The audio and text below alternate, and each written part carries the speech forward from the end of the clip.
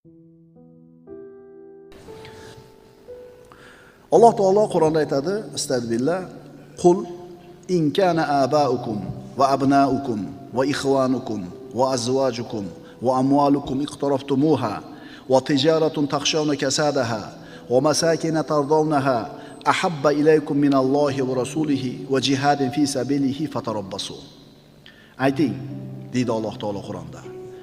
Muhammad alayhisalom ayting, agar ota-onalar, farzandlaringlar, aka-ukalaringlar, juftlaringlar, kasb qilib topgan mol dunyoinglar, kasod bo'lib qolishdan qo'rqayotgan tijoratinglar, o'zingizlar yaxshi ko'radigan uy-joylaringlar, ya'ni insonga yaqin bo'lgan hamma narsada, ota-ona, xotin, bola, chaqa, tijorat, uy, insonga yaqin bo'lgan inson ulardan ajralishni xohlamaydigan narsalar. Allohdan va uning payg'ambaridan va uning yo'lida jihad qilishdan suyukliroq bo'lsa, u holda Allohning amrini kutib turaveringlar. Insonlarning ustlariga musibatlar, balolar, sinovlar, mashaqqatlar qachon keladi? Allohning manhajidan chiqib ketganda. Ma yaf'alullohu bi azabikum in shakartum va amantum deydi Alloh. Ey, sizlar shukr keltirib iymonli bo'lsanglar, Alloh sizlarni nima uchun azoblasin deydi. Ma asobakum min musibat dedi ikkinchi oyatda. Nima musibat kelsa, o'zingizlar qilgan ish tufayli yetadi deydi Alloh. Hozirgi kunda sizga nima yoqmayapti ustingizda turgan? Ishingiz yurishmayaptimi? Topganingizda baraka yo'qmi? Boshingiz kasaldan chiqmayaptimi? Boshingiz qarzdan chiqmayaptimi? Musibat u, to'g'rimi? Xotin itoatsizmi? Farzandlar bir noloyiqmi? Sizga nima yoqmayapti? Qarangda, bu musibat. Shu musibatlarda hammasi o'zingizlar qilgan ish sababli bo'ladi, deyapti Alloh taolo. Yana Alloh ko'p gunohlarni kechirib turaman deydi. Agar seni mana shu dunyo matohi, dunyoning latta-luttasi qalbingni to'ridan joy egallab turgan bo'lsa, sen hali birodar Alloh tarafga qarab yuruvchilardan emassan. Allohga qarab yurayotganlardan bo'lishi uchun unga taslim bo'lasan, uni hamma narsadan afzal deb bilasan, shunda senga yaxshilik keladi, shunda martaba keladi, shunda rohat keladi, shunda osoyishtalik keladi, shunda saodat keladi, shunda omonlik keladi, shunda tavfiq keladi. Alloh hamma narsadan siz uchun ustun. Bir tijoratga kirmoqchisiz, birov bilan muomala qilmoqchisiz, lekin shu ishni qilsangiz katta foyda bor, ammo Alloh norozi bo'ladigan holat. Shunda tanlash kerak. Nimani tanlaysiz? Sen birodar Allohni saqlashi, uni qo'llashiga qachon ega bo'lasan? Qachonki unga bo'yinsunsang, itoat qilsang. Mana Alloh taolo aytayapti. Agar sizlarga otanglar, bolanglar, xotininglar, dunyoviy matohi, dunyo chaqalari sizlar uchun afzal bo'lsa, fatarabbasu, Allohning ishini kutib turinglar deydi. Fatarabbasu hatta ya'ti Allohu bi amrihi vallohu la yahdil qawmal fasiqin. Oyatning davomi. U holda to Alloh o'z amrini, ya'ni azobini keltirgunicha kutib turinglar. Hamma narsadan Alloh sevimli bo'ladi, ine baraka topasan. Hamma narsadan Allohni ustun deb bilasan, keyin yaxshilik keladi senga. Nozik haqiqat, musulmon odam dunyoni ishini ham, dinni ishini ham jamlay oladi. Ya'ni dinini mahkam ushlagan holda dunyo ishlarini qiladi. Dunyoni ham tashlamaydi, dinni ham tashlamaydi. Iloji bormi bu narsani? Iloji bor. Mana shu narsa lekin komil islom bo'ladi, birodarlar. Osonda bir yo'la tijoratga kirib ketib, ibodat bilan ovora bo'lmaslik yoki bir yo'la ibodatga kirib ketib turib, dunyoda tashlab qo'yishlik. Bu oson. Qiyini qaysi? Qiyin ikkalasini teng ushlab ketishlik. Bir odam namoz o'qib turib ham Allohga bog'lanmagan bo'lishi mumkin. Haj qilyotib ham Allohga bog'lanmagan bo'lishi mumkin. Roza tutayotib ham Allohga bog'lagan bo'lmasligi mumkin qalbi. Bu shioriy ibodatlar deyiladi. Jasadimiz bilan qiladigan ibodatlar, islom shiorlari. Ammo buni orasida shahvatlar turgan bo'lsa, ma'siyatlardan qilib turgan bo'lsang, gunohlarni tark qilmagan bo'lsang, demak, sen uchun Allohdan ko'ra shahvatlarning ustunroq ekan. Qaytarib aytamiz. Roza tutishi mumkin, haj qilishi mumkin, namoz o'qishi mumkin, sadaqa zikr qilishi mumkin. Shularni qilib turib, yana gunohlardan tiyilmayotgan bo'lsa, demak gunoh bu odam uchun, shahvat bu odam uchun Allohdan suyukliroq ekan.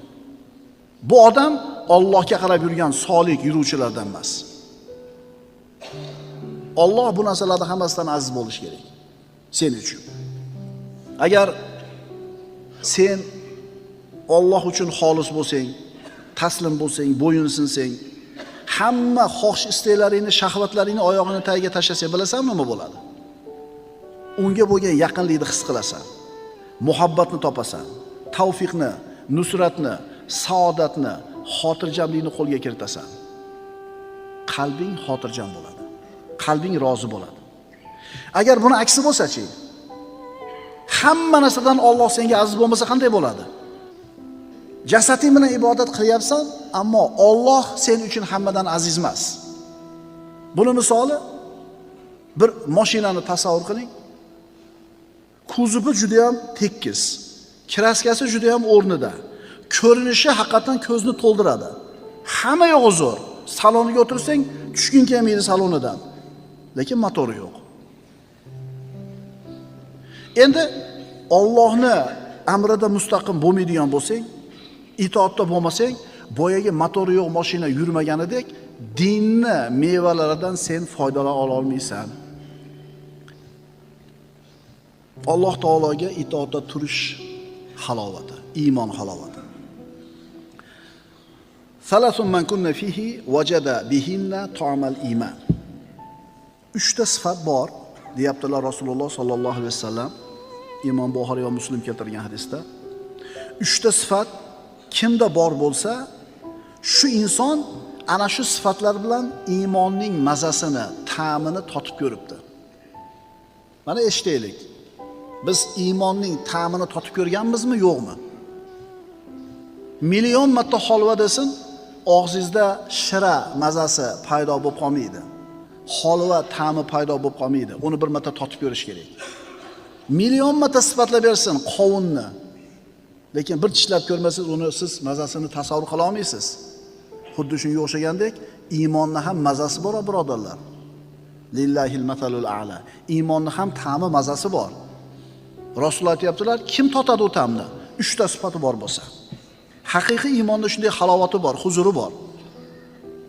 Iymonning halovatini siz totib ko'rgan bo'lsangiz, sizga bu shunaqa quvvat beradiki, qahramonga aylanasiz.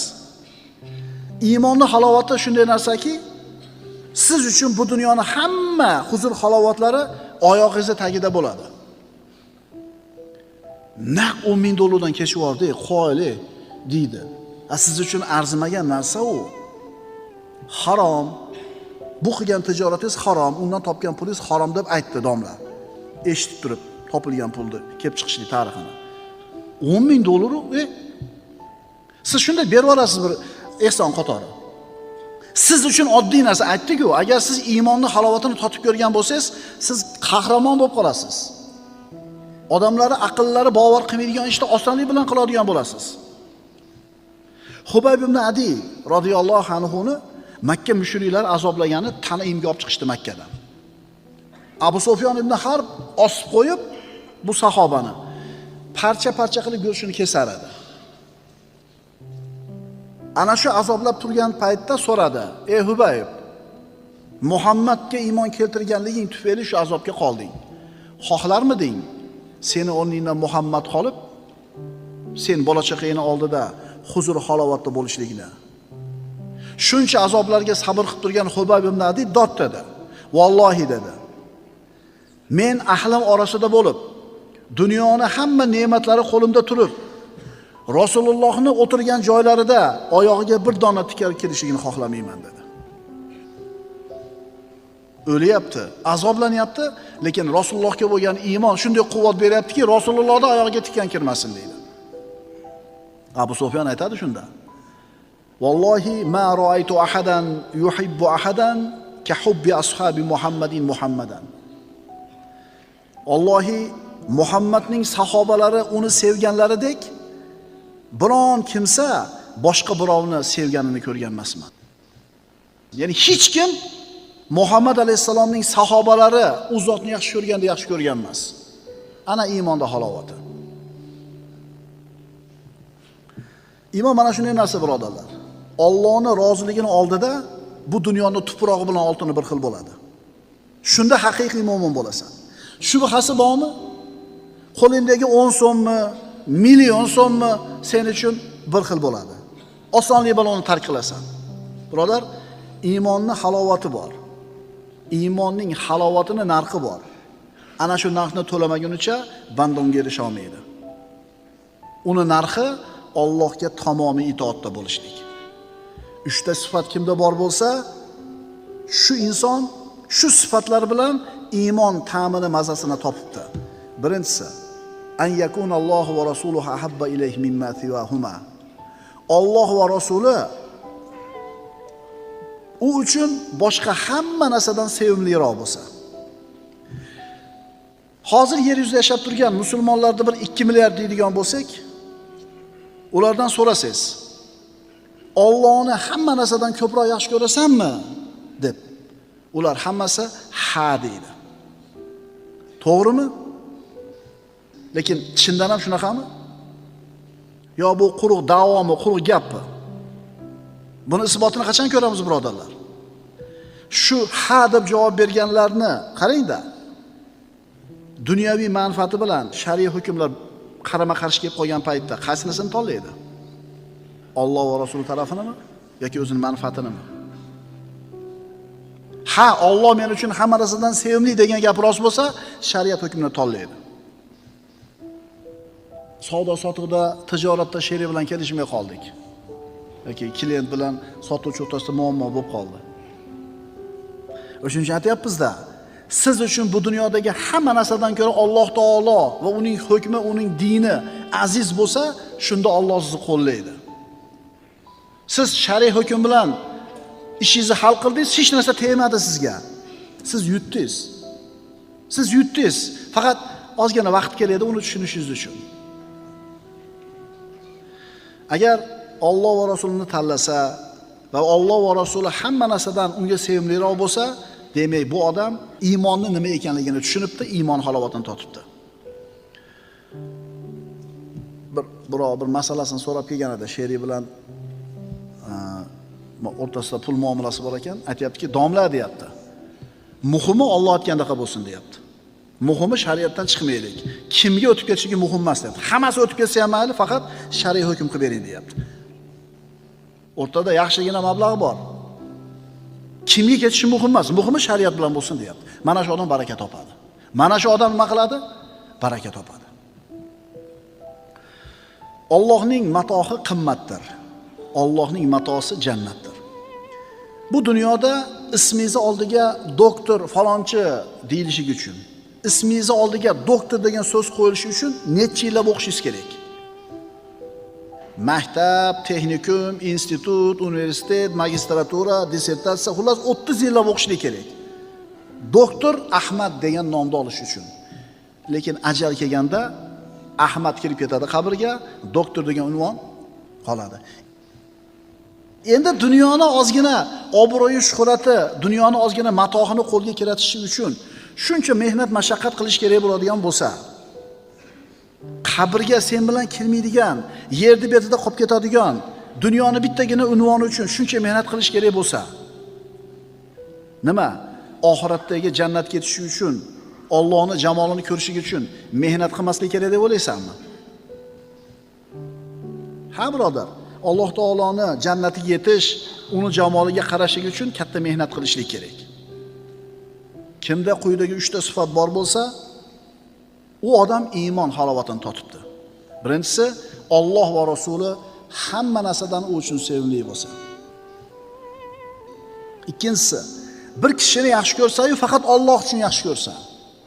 Uchinchisi, Alloh uni kufrdan qutqargandan keyin yana kufrga qaytishlikni xuddi o'tga uloqtirilishligini yomon ko'rganda yomon ko'rsa. Bir paytlar bo'lgan, o'sha bir yashil ichib qo'yardik to'rttamiz o'tirib. Va bir davr bo'lganda shu. Voy, u davringni-chi unut. Uyal uni gapirgani. Moqtanyapti u, qarab qo'ying.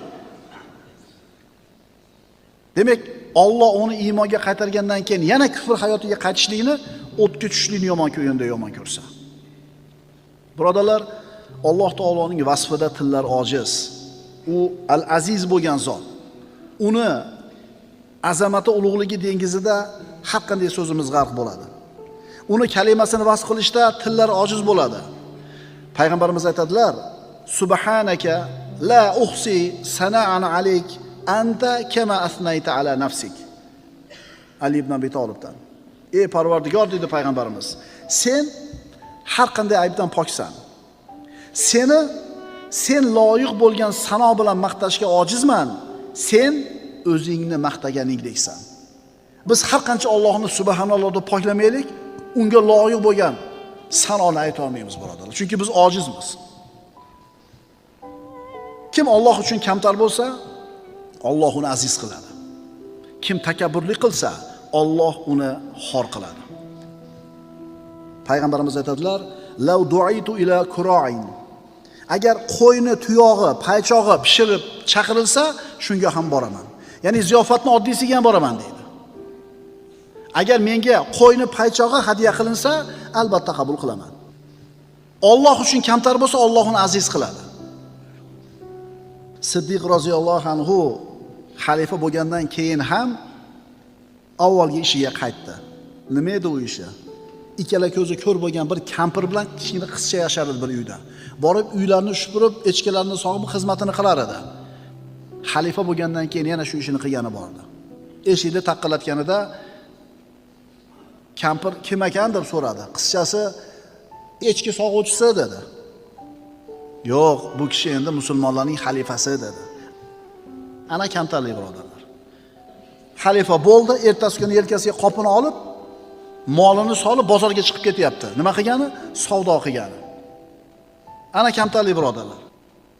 Umar ibn Xattob roziyallohu anhu uyga kelgan mehmon bilan o'tiribdi, shamni almashtirish kerak bo'ldi. Turib ketyapti.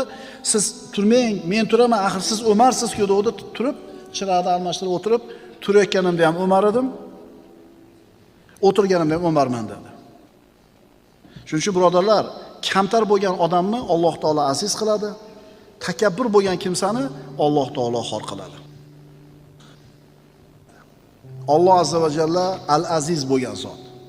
Al-aziz bo'lgan Alloh siz uchun hamma narsadan aziz bo'lsa, sizni martabangizni ko'taradi. Dunyoni matohi, shahvatlar, xohish istaklar oyoqtagiga tashlaysiz. Alloh va Rasuli hamma narsadan sizga aziz bo'ladi. Alloh taolo sizga ikki dunyoni saodatini beradi.